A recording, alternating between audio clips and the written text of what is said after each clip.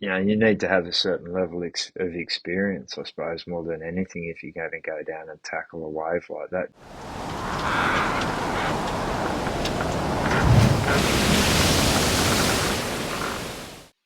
Welcome back to another episode of Aclassic. I'm your host, Jack Akrop, and today we're sitting here with Richie Hassett from Tasmania. Thanks for joining us, Richie. It's my pleasure, Jack. How you going over there? I'm doing good. How about yourself? Yeah, it's been a busy day. I've been on the road today with work, so I'm up the northwest of the state, uh, just doing a lap around Tasmania. To be honest with you, catching up with some people Oh, for no. work. What do you So do for work? I never asked you. I've got mate, yeah, I look after a construction union. So yeah, just look after the blokes in the big commercial construction space. Negotiate their wages and their conditions, and make sure everything's done safely and everyone gets home in one piece. That's pretty much my job in a Nice, man. nutshell. So That's yeah, it's awesome. good. And how long? We talked a little bit before, but how long have you been in Tasmania? Where are you from originally? Yeah, mate. We've been here for about 10 or 11 years. I'm from the mainland originally. I grew up in a little town, landlocked town, sort of probably about 350, 400 k's from the beach, actually. And uh, just farming, a big farming sort of area, and didn't spend a lot of time at the beach other than heading away on holidays. We had access to a holiday house down on the coastline in Victoria, and we'd spend all our holidays down there, which was great fun. But but yeah, a long way from the beach is where I grew up, Jack, which I'm making up for a Oh. lost time now. You said you grew up playing football and cricket and Yeah, mate. Yeah, footy and cricket were my family, a sporting family. My dad's background, they're all sportsmen.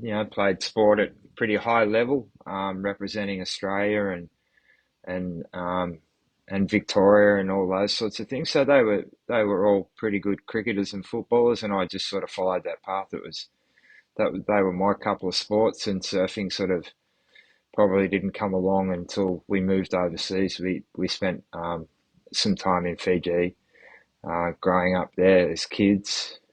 I think I moved over there when I was about maybe 10 or 11. Um, so yeah, we spent a lot of time in the ocean when we were in Fiji, and that was probably where my love of it really come from, was being over there and doing all the things you do at that age in and around the ocean with no one there to really tell you can't do this, or you can't go on an adventure here, or you can't chase fish up there or surf up there. So it was good. It was pretty. We were pretty much free range kids when we were living in Fiji, which wow. was great. It seems like a great place to kind of live that lifestyle. Fishing, diving, surfing, all the things, right? Yeah, yeah. We lived in. It definitely wasn't touristy where we were living, Jack. It was on one of the other islands, and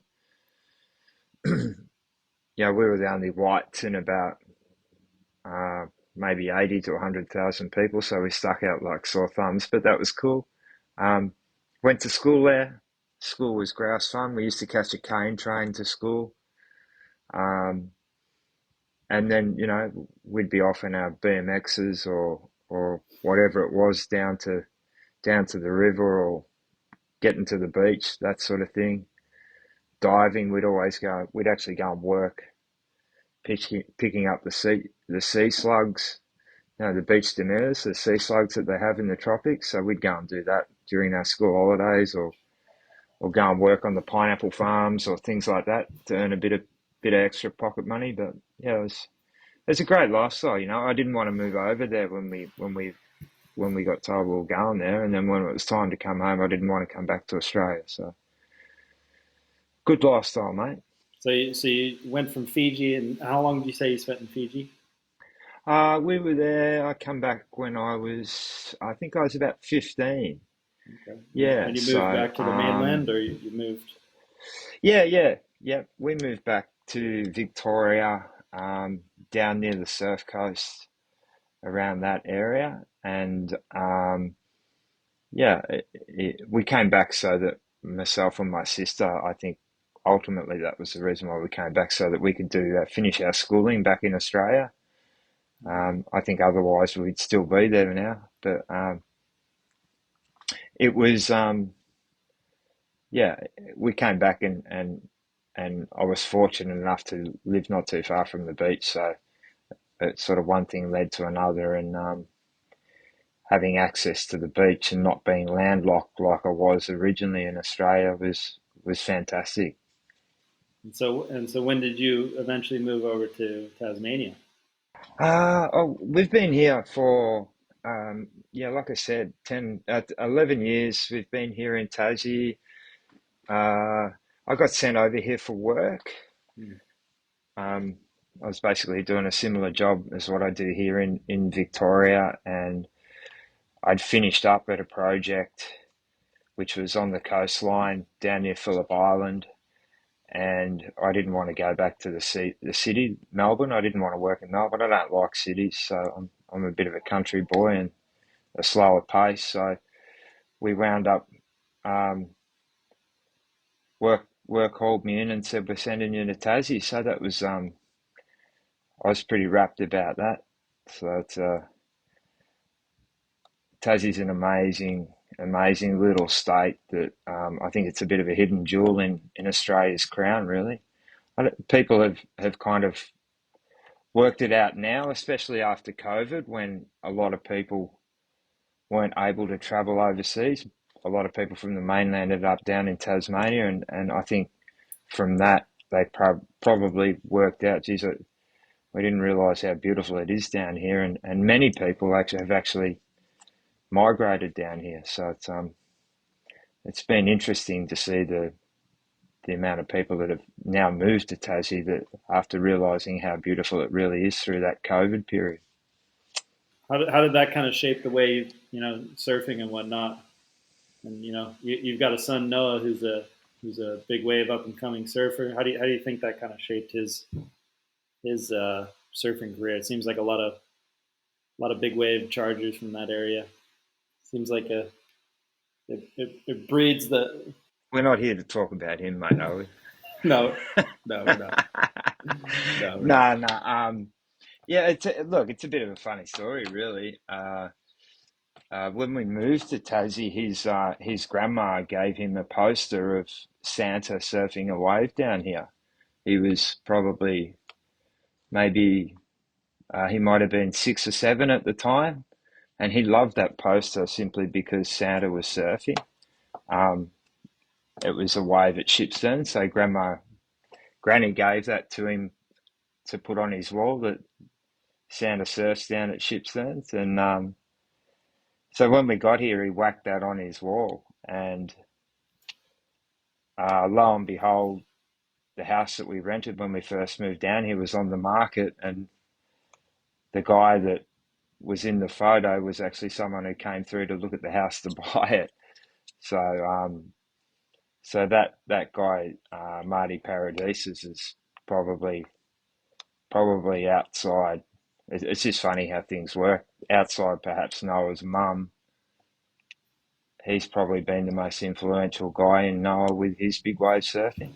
He's been like a bit of a big brother to him, a mentor for a long time now. So it's you know how you ask the question, how has moving to Tasmania shaped him? Well, probably just running into that guy and having the photo of Santa on his wall from a very young age is probably one way that shaped him with his surfing. I guess the other thing is probably here in Tasmania, if you are into your surfing, it's a bit of a natural progression to at least go down there and dip your toes into shipstones. Um, Many people have and it's just for some people it's just not for them, and there's nothing wrong with that. That's cool. but for some others, they've taken to it, and I guess he's just one of a couple of other kids that have put their hand up over the last few years that they really enjoy it. They love it. I don't know why, but they do. Um, and because it's just yeah, it's just not a place for kids. It's just not a place for kids, Jack. So, Yeah. and I don't know why the kids even wanted to go down there originally, but they did, and yeah, as a parent, you just got to deal with it, I suppose. Well, it sounds like he's roped you into coming down there as well. So sounds like it's a family affair now, which must be cool. I mean, you must enjoy spending time out there, being on the ski and doing the helping with the water rescue and all that. So what was it like the first time you went down there and when did you first kind of hear about Shipsterns? Yeah. Yeah, yeah, good question. I was like most of the people back on the mainland when these lunatics started surfing it a few decades ago and the photos started coming out in magazines. I just used to look at the magazines and go, oh, these blokes actually, are they for real? They're pretty crazy, surreal photos. And you just wonder how someone would even want to attempt to ride them, let alone survive them. So that was probably the first time I really knew about Shipsterns like everyone else on the planet, except for these guys down here. Um, so yeah, it's and meeting Marty for the first time when we moved to Tasmania. He took me in there originally. We walked in and he surfed and I watched because I'm not going to surf the joint. Uh, but yeah, that you know, it's an amazing place to be, to go and visit, to watch for the guys that surf it. It must be, it's just it's a beautiful, beautiful spot to go and hang out. Um, it's remote. It's a tough place to get to. It's rewarding for those that want to challenge themselves. It hands out some beatings from time to time, but um, but yeah, it's it should be on every surfer's bucket list to at least come down. Whether or not you've got the ability is one thing, but just to come down and watch it and see it break and and spend some time in the wonderful area down there. It's just fantastic. So when was the first time that you guys headed out there? Yeah, I took Noah around there when he was probably about 12, maybe. We were surfing a spot on the way down there, and the boys had buzzed around on their skis past us, and we'd finished surfing, so we decided to go around and have a look at it. And that was probably my worst mistake I've made as a parent because yeah, I remember him screaming his lungs out, and it wasn't even a big day, but yeah, I certainly when we were driving home that day, he told me he was going to surf Shippies, and I just laughed and said, "You got no chance." But a couple of years later, he was. So good luck to him. So they're actually in there today. I woke up this morning about 5:30 and buzzed off for work, and I think him and a couple of his mates were going down there today. So Oh wow, hopefully they get home safe. Yeah. absolutely, man. Place is no joke. And it sounds like you guys have kind of created a an organization around that. Obviously, we talked before. The guys have been towing it for a long time, but it sounds like you guys are kind of trying to tie some loose ends. What is the Shipstern Safety Initiative, Yeah. and what's that all about? What's your guys' goal with everything? Yeah. It's pretty simple. Yeah, I'm probably, you know, if you talk about the group or the guys that surf it, they're it's not just the surfers. There's the bodyboarders. They're mad. Um, you've got the photographers and filmers that have been down there forever and a day doing what they do. So they're all kind of one big community, those guys. And there was obviously a pretty ordinary accident, a bit over 12 months ago, and that kind of solidified things a little bit. The guys themselves just wanted to not so much change the way they do things, but they just wanted to bring why maybe get a bit smarter when it comes to the safety regimes that they have down there, and probably, and that was probably more the catalyst for it starting, and the older blokes perhaps recognizing that there was a younger group of kids that were going down there, and they wanted to make sure that that they were setting an example of where they needed to go with their safety to probably set a good example for the younger blokes, I guess, more than anything. That's my take on it. It was a pretty ordinary time when young Harry had his accident, and the community, I guess, as a whole, were pretty buckled with it.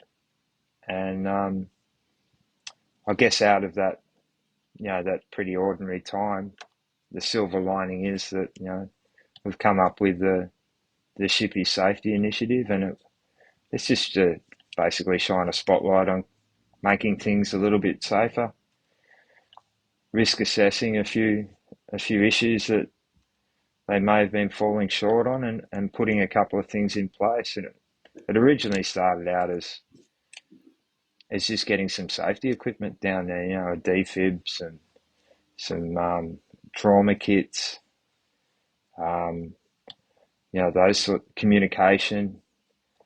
They've now added, they've got the green whistles, the painkillers, strong painkillers, and added a jet ski to that. So the jet ski is basically there to be a bit of a first response vessel with all the gear on it if things turn pear-shaped. So they should be pretty proud of what they've been able to achieve and put in place. So it's and to add to that, Jack, that they've also been able to apply for a permit to have a permanent pelican case stationed down under the cliffs for the guys that walk in. There's obviously plenty of crew that still walk in. So a lot of the times when someone has an accident down there, they probably don't realise the extent of their injuries until the adrenaline has worn off. And at least if and when it gets to that stage and someone is seriously hurt and they're in on the rocks, and they've got access to decent first aid and pain relief and that sort of thing. So it's a pretty important part as well of what the guys have been able to put in place. Well, and especially at a place like Shipstern's, where it's you are very secluded. Sounds like from where we talked before, you're 2 hours hike out, 45-minute, hour, however long boat ride. I mean, how does that kind of add to the whole scenario?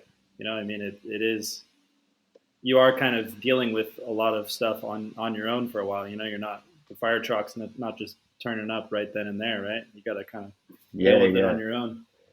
Yeah. Well, that's a good thing about this group too, Jack, and I guess that's probably more comes back to living in Tasmania and being a surfer in Tasmania. There's no turning up at the car park with the heater on and checking the surf. If you want to get good surf, you've got to go on a mission, and a mission might involve a 2 hour drive and a 2 hour hike just to get skunked. These guys have been doing this for forever and a day. If you're a surfer in Tasmania, you've got to have a pretty adventurous side. So walking into Shippies and walking out of Shippies is, they, there's stories of them running in, just through anticipation from back in the day before they had jet skis and those sorts of things. So having to deal with those kinds of adversity just to get waves is probably the norm for most of these guys. So it's and when things do go wrong, they're pretty they're pretty well skilled to be able to deal with it, regardless of what's been put in place now. They've always seemed to be able to scrape through with the injuries, especially the injuries that have been sustained down there over the years.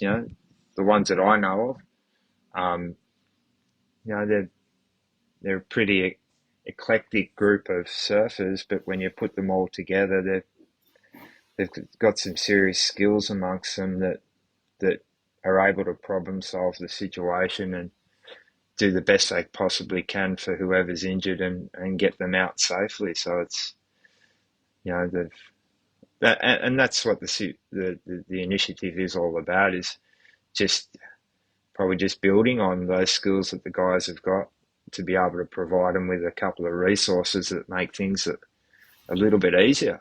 That's keeping it pretty simple, I think, is the most important thing.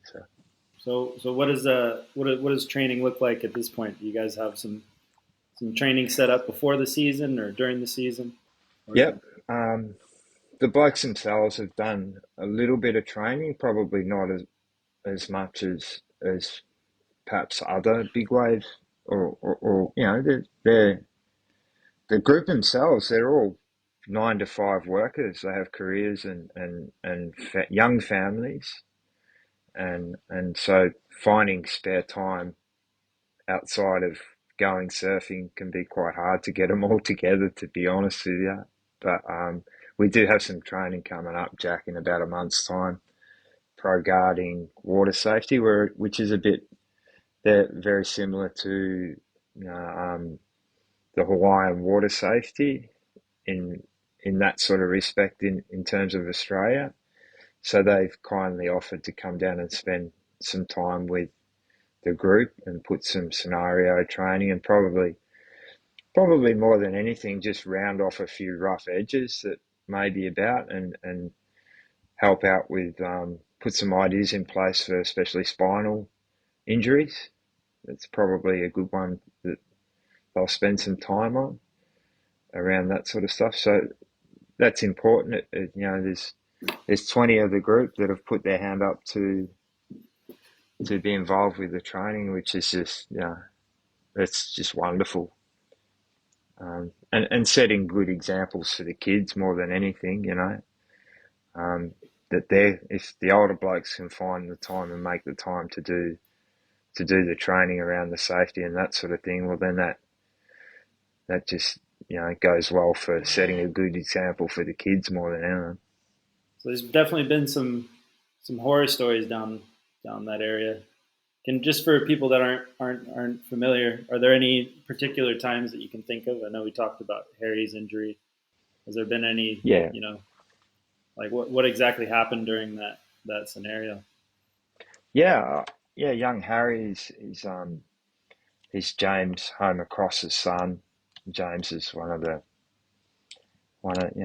his exploits are you know pretty well known down at Shippies. So young Harry is a beautiful young kid, such a legend. Yeah, he just had a really bad wipeout on one. I think he caught a good one previously, and it might have been his second wave, maybe, of the day, and he just got cleaned up. Um, didn't do anything wrong. He got cleaned up, and um, yeah, I was standing on the rocks. I'd walked in that day, and I was just sort of up pretty high and elevated, and I just noticed that he hadn't come up, and his board was tombstoning, and then he must have got knocked out underwater, whether the wave knocked him out or the board hit him, or he hit the reef. I'm not too sure. Um, but yeah, he got washed through the rocks, and it took the guys on the skis a fair while to find him. Um, and they found him face down, and his dad found him actually, and I could see from my vantage point just his dad dive off the ski and grab him, and we all knew it wasn't real good then. So his dad put a few breaths into him, and sort of got him going again. And the boat, by that time, the boat had turned up, and they got young Haz on the boat, and did the best they could to to get him as comfortable as they possibly could, I suppose. And but he was in a really bad way, mate. Really distressed state. Um, I I I don't I don't know how I would deal with having to do that for my son. Um, it's pretty brutal, but James is, and that whole group. The boat was full of the boys, and so Harry's been part of their life for as long as they've been going down there. I think he might have been about 18 or 19 when that happened, um, maybe a bit older, but those guys have all grown up with Harry as from a toddler all the way through to there. So it hit home pretty hard for probably all those guys, and the community in general. So, but there's a silver lining, I suppose, out of all that. He's got through it, and I'm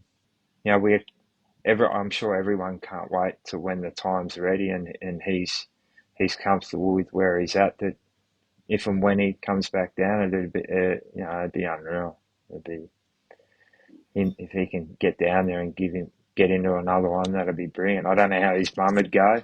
His mum, Sarah's probably, she's had to put up with James's antics over the years, all the broken bones and distress that he's put her through, and now she's got to deal with Harry. Oh, what a strong woman. But it was a tough gig. So, Yeah. but yeah, the silver lining is we have what we have now, and it it's definitely safer down there. Um, and I think the group are just going to build on that, Jack. It's not. No one's looking to change the world. It's pretty simple sort of outlook on it. We just want to make it safer. Um, so that's the plan, mate, and it seems to be going all right so far. So I mean, obviously, in an organization like that, you guys probably rely on some funding for it, right? To have the skis out there and to, I know up here at Mavericks, the Mavericks Water Rescue relies on, donations from the surfers, really, people showing up to swells or to the locals, they put a GoFundMe out, and it's open year round, but, they kind of push it in the beginning of the season. And, I imagine that can be kind of hard to try to get people to donate, so, um, Yep. do you guys have a GoFundMe? Is there a way that people can find you? Do you have any recommendations for traveling surfers coming there? Because that's the big thing. Yeah, yeah. No, good question. Yeah, originally, and it hasn't really changed. I guess you'd probably call it a business model if you want to call it that. Um, we, the group wanted to keep it as local as possible, and essentially, it's there for the local blokes to keep them safe, and you know if when travelling surfers do come down, that there's an opportunity then for them to chip into the safety initiative if they want to.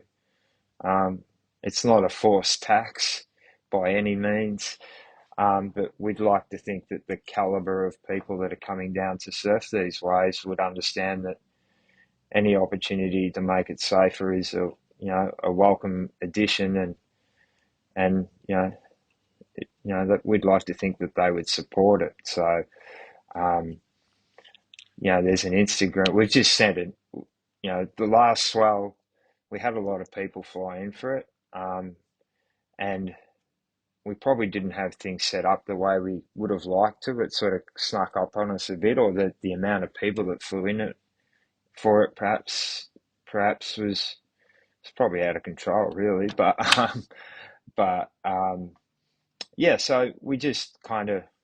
I was having conversations with people out in the ocean. I followed up with them for those that hadn't really or may have forgotten about it. That's probably a good way of putting it. And most, there was, I'd say 99% of people did the right thing and donated. But we also understand that it's a new initiative and it's only virtually been in place for, you know, only a couple of swells really. So getting the message out there is probably the most important thing. I don't want to be that person that's running around chasing people for money. I just don't. That's not what it's about. We just want to make sure that it's that people understand that it's there. They can go to the Instagram page and press on the link, and that'll send them to the bank account. Um, there's also some information there about how it come about, and I guess what we're talking about here on this podcast. And there's also some other links there for clips about the guys themselves that are part of the Shippies community, and a few old edits there and a few new ones and whatnot. But we just want to make it easier for people if they do want to donate. That all they have to do, everyone likes pressing things these days, so all they have to do is press on a link on the Instagram page, and it'll send them there. So that's how if people want to access it, good on them. We've had so many sponsors put their hands up for it, Jack. Um, That's great. the guys themselves, the guys themselves originally, they're the ones that put in all the money for it. We had we were fortunate that there was some discussions with Surfing Tasmania, and they were able to source out a benefactor that bought the ski for the group. And it's basically on an interest-free loan at the moment, and that has to be paid back.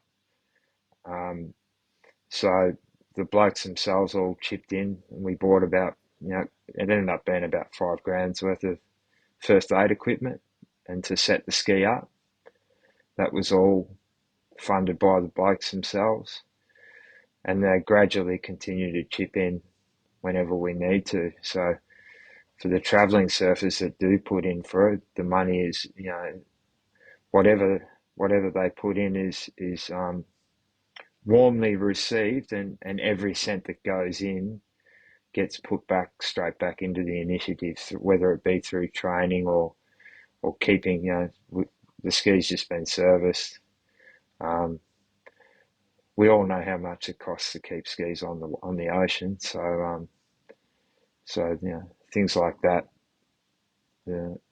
Any money that people want to donate, we're so grateful for.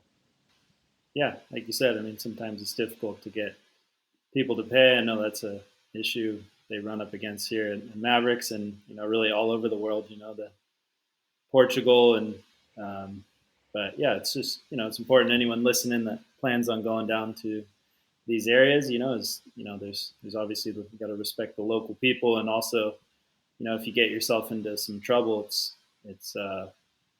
you don't want to be an anonymous figure out in the water. You want people to know you're Yeah, there so that they can come and help you. I mean, so yeah, too right. You know what it's about.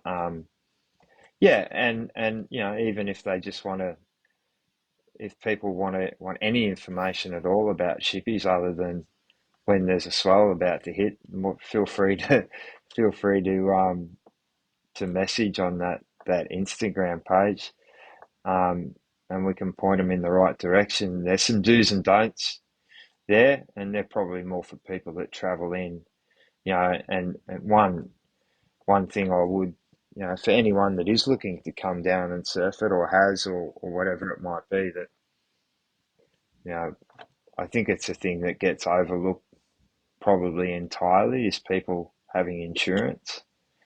All the local boys, the local Shippies crew, that they're all covered by virtue of living in Tasmania when it comes to ambulance cover, and unfortunately, if it's needed to get hauled out by a chopper, if you travel from interstate or overseas and you don't have coverage of that, it's going to be an expensive bloody trip for you. Um, So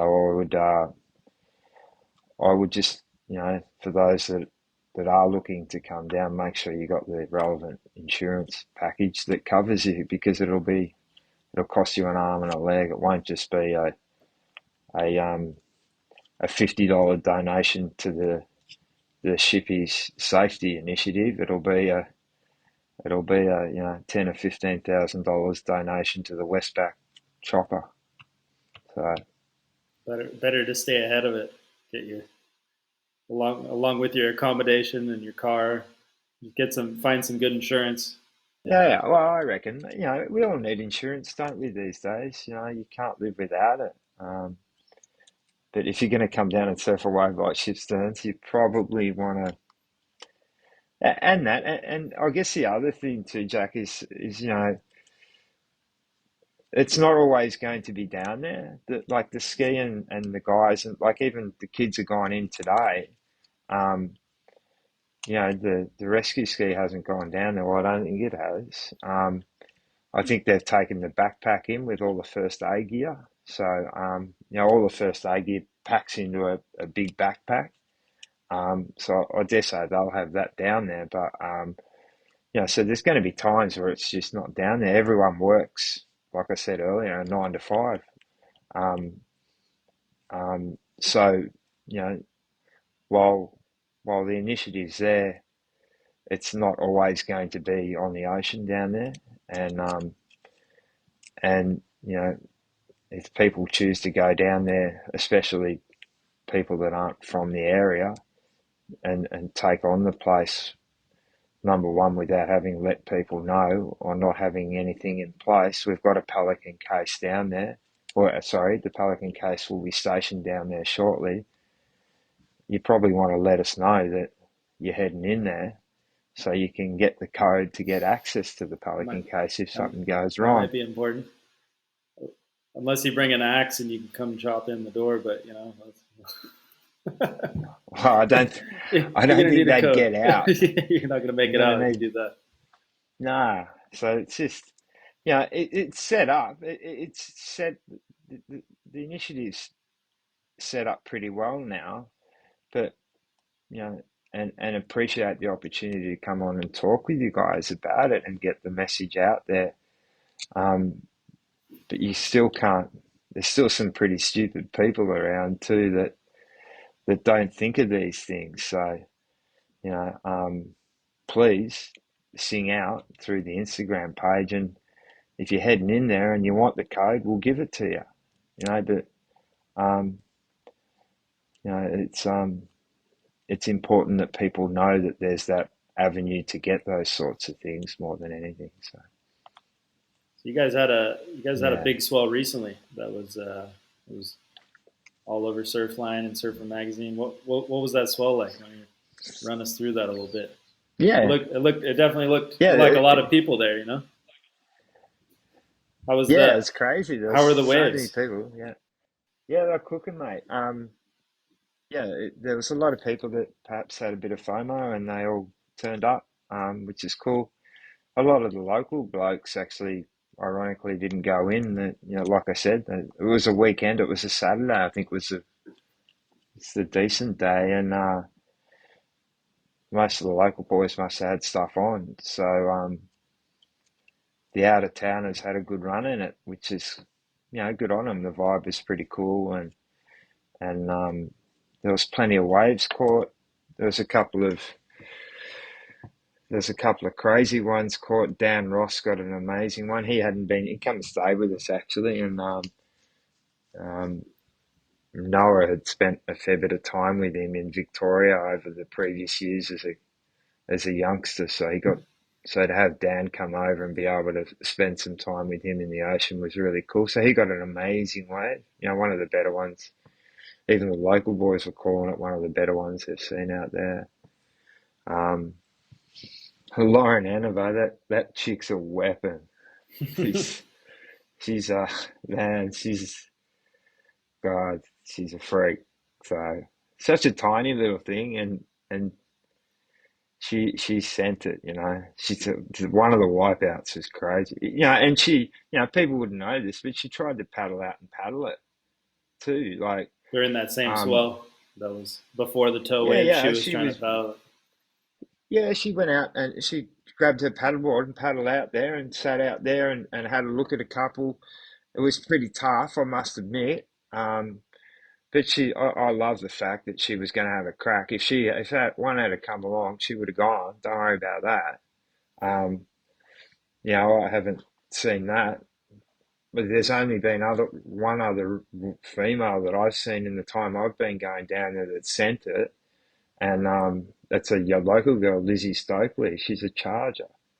Doesn't get the plaudits that probably all these other people do, but she's sent it at Shippies harder than anyone.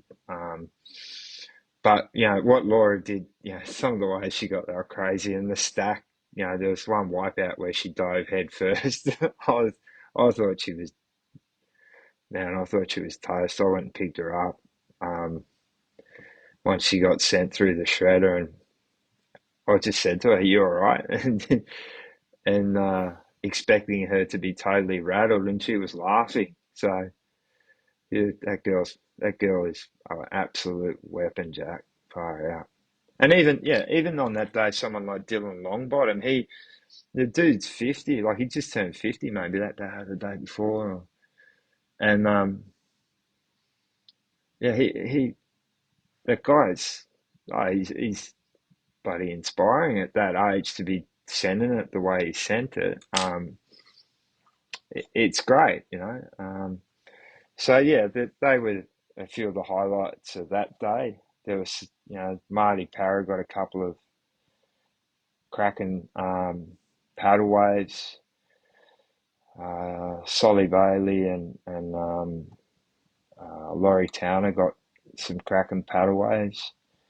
And then you got the bodyboarders. They're all just Yeah. lunatics, mate. Well, we talked about them before. They're the most inspiring sometimes on when it comes to paddle waves out there. I mean, Oh man, they're unreal. They're the best to watch. They, yeah, it's quite, I love it. Just sitting there in the channel and you see you know that they're a tow wave or borderline tow wave, and there's no tow team in position, you just know these bullies are going to send it, and they just turn so late and drop into these things, and they're unreal, mate. Yeah, it's pretty. Even the older boys, all the older crew, the surfers, the photographers, and the filmers, and they'd be the first to tell you the boogers charge harder than anyone out there. They're brilliant to watch. a place like Shipsterns definitely doesn't come with its without its hazards. What are some of the big hazards that you see out there? Just the whole place in general looks like a giant booby trap. But where are Yeah, it's a the good way. what are the biggest hazards? Rocks, sharks. Looks like all of it really. Well, you got to bear in mind, I've never surfed it, mate, and I've got no Well, just want to surf it. But from your from a perspective, yeah, being on the beach, you yeah, can yeah, see this thing. yeah. Oh well, there's no wave is the same. Well, from what I don't think I've ever seen a wave. Two waves come in that are exactly the same. It's a really tiny takeoff spot when you're paddling. Super tiny um, chip in spot. Um, there's obviously the step, which it can get pretty gnarly. The step, sorry, mate. It can get pretty gnarly. The step, and then it can sometimes they don't step. So uh, we all know we've all seen footage of how the step ends badly. They wind up going back over the falls. So that's not the best. What people don't see from the footage, but you get a real sense of it when you do walk in or you're in on the ocean. There is how close they actually are to the rocks. They're so close, it's not funny, and they're big, big boulders. They're the size. A couple of those rocks are the size of buses. So I guess there's that. Um, yeah, when they wipe out, they just move so far underwater so quickly. It does push you out into the channel on the bigger days. Um, but yeah, I'm constantly amazed at how far a surfer moves underwater in such a short period of time with some of their wipeouts. Um, so that's always interesting when you're going in to try and drag someone out, because obviously they're underwater and you're trying to gauge, on the ski where you roughly think that they are. Because you obviously, this, you don't want them to pop up and you run over them, so you got to be pretty careful about that sort of stuff. Um, but yeah, some people pop up, 30 meters away from where you thought they're actually going to come up, and you go, how the hell did they get over there? But so there's those sorts of things. If for those that walk in, there's obviously the rocks. I'd put my house on it that cliff is going to fall away. They'll lose another portion of that cliff anytime soon. I've been sitting down there when rocks have come down. Every now and then there'll be a little shift, or a rock the size of a cup or something like that come down. So you're you're crazy. You're playing a dicey game if you go in there to watch and sit under those cliffs. It's not the smartest thing to do. Yeah, so they're the sort of things that, the boat ride around there or the ski ride can be brutal. Well, the ski ride probably more than the boat ride. They tend to take a couple of pretty big boats around there. So the ski ride can be pretty rough. Um, there's always a few orcas, and every now and then a whale will turn up and have a look. I don't know about sharks, so I haven't really probably. I'm sure the guys have seen them down there, but but I think they were surfing another spot actually, Jack, called Pedra a while back. They did a mission down there, and they had a whole day down there and had a great time. We got some amazing waves, but then some footage come out the next day of it's a really strong fishing ground for the commercial fishermen out there where they go, and some fishermen had been filming them surfing, and lo and behold, there was a dirty big shark in the water right in front of them, and no one knew that this monster shark was right there, that this fisherman had captured footage of, Wow. which is pretty crazy. But yeah, so they're the sort of dangers, I suppose, that the guys have to deal with, and if someone gets injured, it's it can be a slow old ride home. Depends on the injury, I suppose. Um, One of the young boys that come down from interstate a while back blew his knee out really badly, and just getting him back took nearly an hour and a half because it was rough open ocean, and you probably couldn't go above 5 knots to getting him home. So there's all those sorts of things. So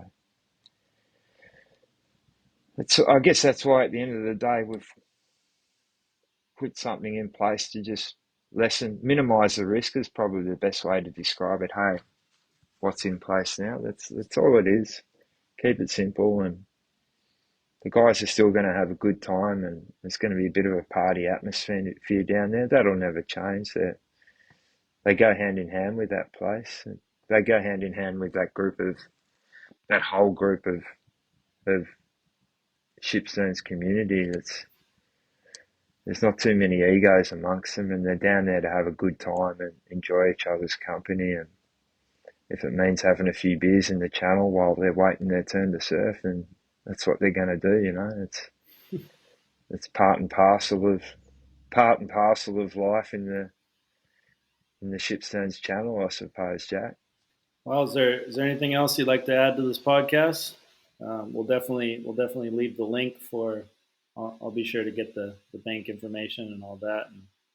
And our goal is just to kind of spread the message about the Shipstern's initiative, and yeah, that's really important. I know it's important for all the communities that have big waves. It's nice when people are aware of the dangers and don't just go putting themselves into harm's way, because a lot of times people don't realize that even though they're putting themselves into harm's way, people are out of their goodness of their own heart are going to come and help them, and then that puts them in harm's way, right? So it's really kind of Yeah, a good call, it's mate. kind of a it's kind of a selfish thing to not kind of donate to these causes, and just let the people know that you're in the area.